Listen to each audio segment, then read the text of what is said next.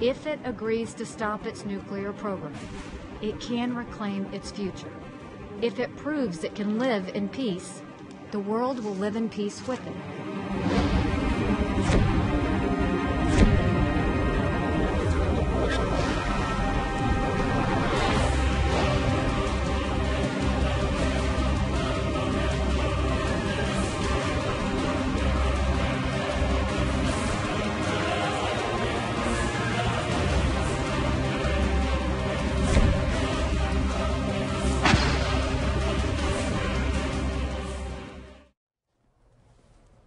첫 소식입니다. 유엔 안전보장이사회가 채택한 새로운 대북 제재 결의안 2375호 만장일치로 채택했습니다. 삭제된 부분도 있고 추가된 내용도 있습니다. 함께 살펴보도록 하겠습니다.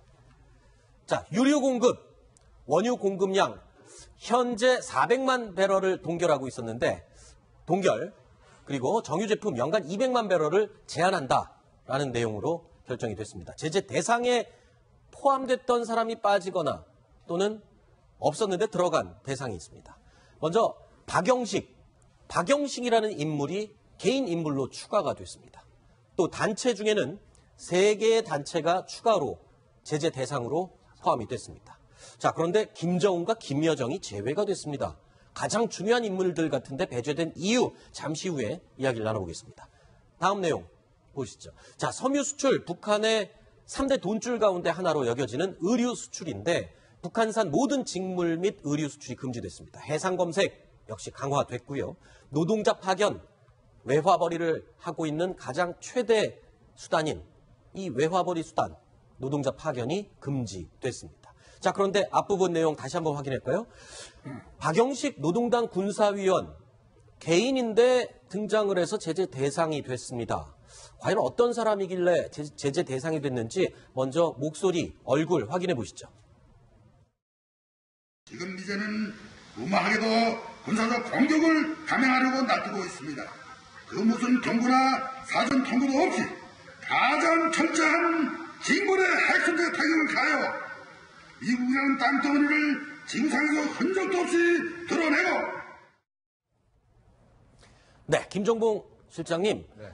박영식, 시청자 여러분께서는 조금 생소하실 수도 있을 것 같아서 어떤 인물인지 먼저 설명을 해주시죠. 2014년도에는 별 3개였는데 네. 불과 1년 만에 별 4개가 됐고요. 그리고 간단하게 한마디로 정리를 하면 북한군에서 작전권 하나만 빼고 모든 북한 국방의 살림살이를 도맡아 하고 있는 사람이다. 이렇게 되면 네. 북한의 핵 개발, 미사일 개발에 간접적으로 모든 것을 책임지고 있는 사람이다. 이렇게 표현해도 되겠죠. 그러니까 핵 개발, 미사일 개발까지도 인민무력상 산하라는 데서 약간의 논쟁 여기가 있습니다. 아하, 네. 뭐 이론상은 밑에있지만 실제로는 그렇지 않거든요. 당 군수공업부 산하이기 때문에 조금 다르긴 합니다만은 저 사람은 총을 쏘는 사람이 아닙니다. 네. 정치만 하는 사람입니다. 그래요. 한 번도 이 총을 쏘는 사람이 없는데 네. 인민무력부장이 된 거죠. 네. 인민무력부장이 된 건데 저 사람은 오로지 그냥 뭐랄까. 군내에 있는 당 업무만 했던 사람인데 이제 여기까지 올라온 겁니다. 특히 네. 김정은이한테 잘 보여가지고 김정은이 집권 이후에 급상승한 사람입니다.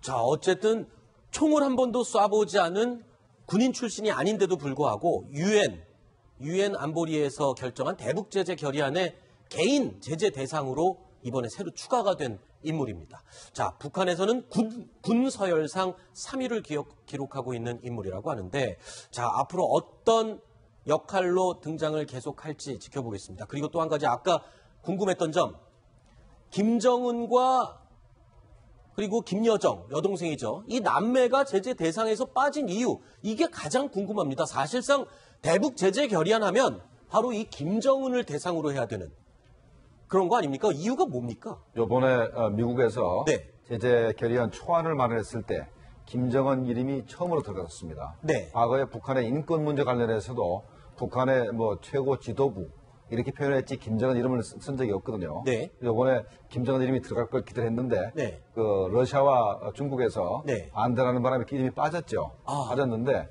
이유가 있습니다. 만약에 네.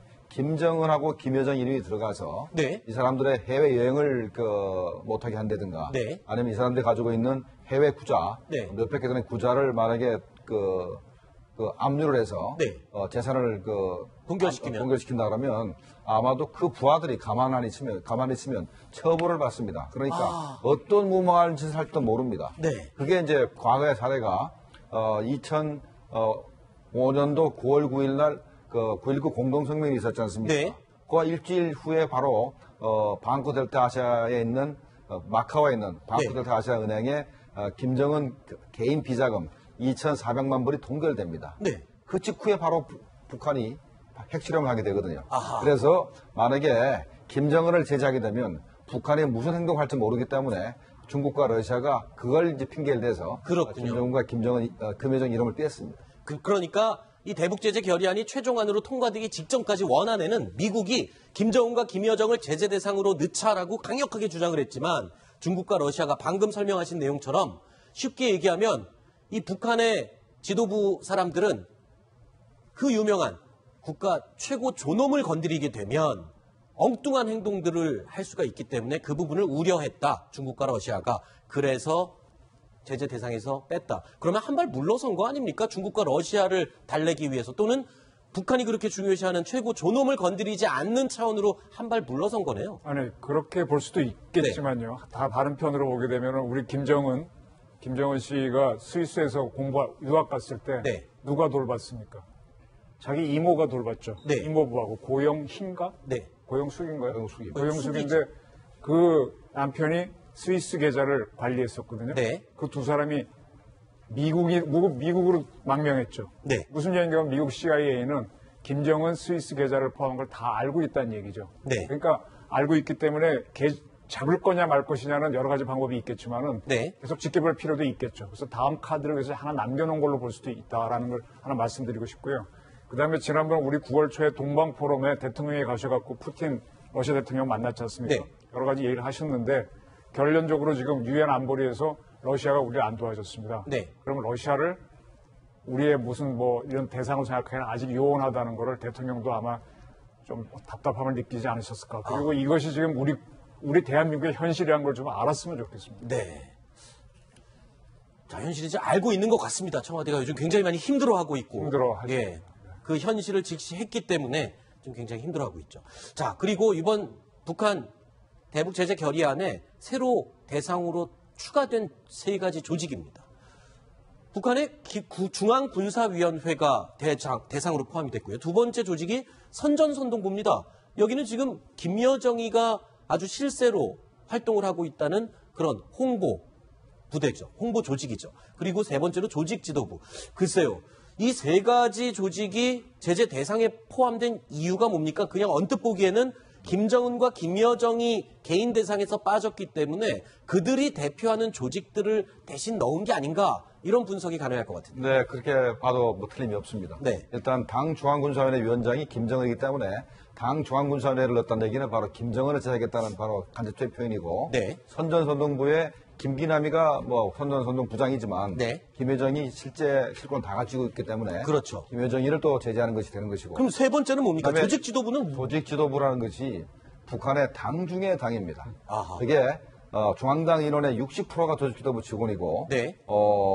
조직지도부가 바로 인사, 그다음에 그 조직 자체를 짜는 것들, 그다음에 당 생활을 검열하기 때문에 네. 모든 권력을 다 쥐고 있어요. 그래서 조직지도부는 육체를 지배하고 선전선동부는 정신을 지배한다 해서 네. 그 두 조직이 바로 북한을 바로 통제하는 최고의 조직입니다. 네. 어제 우리 미국 NSC 화면에만 봤었지 않습니까? 6명 이렇게 앉아있는 자리. 테이블에 6명이 앉아 있었던 그 미국의 NSC. NSC와 거의 같은 게 조선노동당의 당 중앙군사위원회로. 아하. 저쪽 사람들의 NSC죠. 네. 그러니까 거기에 김정은을 포함한 아까 그 인민무력상이라든지 네. 정치국장 이런 사람들한테 그거를 거기서 관리하는 도를 완전히 동결하겠다는 거고. 네. 노동당이 우리도 이제 그 더민주당에 가면 여러 부가 있을 겁니다. 무슨 네. 담당 무슨 담당. 저기도 여러 부가 있는데 행정부에 외교부 경제부처럼.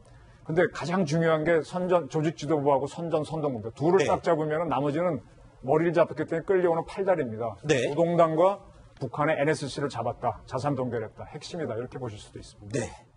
자, 네. 이번 제재 결의안이 네. 2375호지 않습니까? 네. 이게 무시무시한 겁니다. 그냥 우리가 원래 기대했던 만큼 기대치에 미치지 못하지만 네. 이게 만약에 그대로 진행된다 그러면 네. 제가 볼 때는 한 2, 3년 이대로만 만약에 중국하고 러시아가 이대로만 지켜주면은 아마 2년 내에 북한이 항복할 가능성이 있습니다. 그런가 하면 북한의 무역량이 한 30억 불 되는데 네. 요번 걸 제대로 지키면 10억 불 이하로 떨어지게 됩니다. 그렇죠. 그렇게 되면 그러면 없는 집에서 돈이 들어오는 게 3분의 1로 줄어들면 네. 100만 원 벌던 사람이 30만 원 벌어가지고 살 수가 없어요. 그렇죠. 그래서 북한 체제를 한 2년 정도만 제재를 계속한다면 김정은이 항복할 가능성이 있습니다. 네. 그러니까 교역량, 수출량이 3분의 1로 주는 것, 그리고 또 한 가지 원유 공급량도 거의 3분의 1로 줄게 되죠. 이렇게 되면 견딜 수가 없을 것이다. 원유가 이제 미국 발표는 3분의 1이라 그랬는데 저는 4분의 1로 보고 싶습니다. 아, 그래요? 왜냐하면 북한이 이제 400만 배럴의 원유를 수입하고 그다음에 정유로 한 430만 배럴 했는데 200만 배럴만 줄이니까 한 25% 조금 안 되게 줄이는데 네. 이 배럴을 제가 한번 다 톤으로 바꿔왔어요. 네. 그랬더니 북한이 한 800만 배럴 간다고 했을 때 이게 한 100, 얼마죠? 저기 30, 그렇게 많지 않더라고요. 네. 둘을 합쳐서 100만 톤 정도? 네. 둘을 합쳐가지고. 네네. 그래서 원유가 한 36만 톤? 32만 톤? 원유가. 네.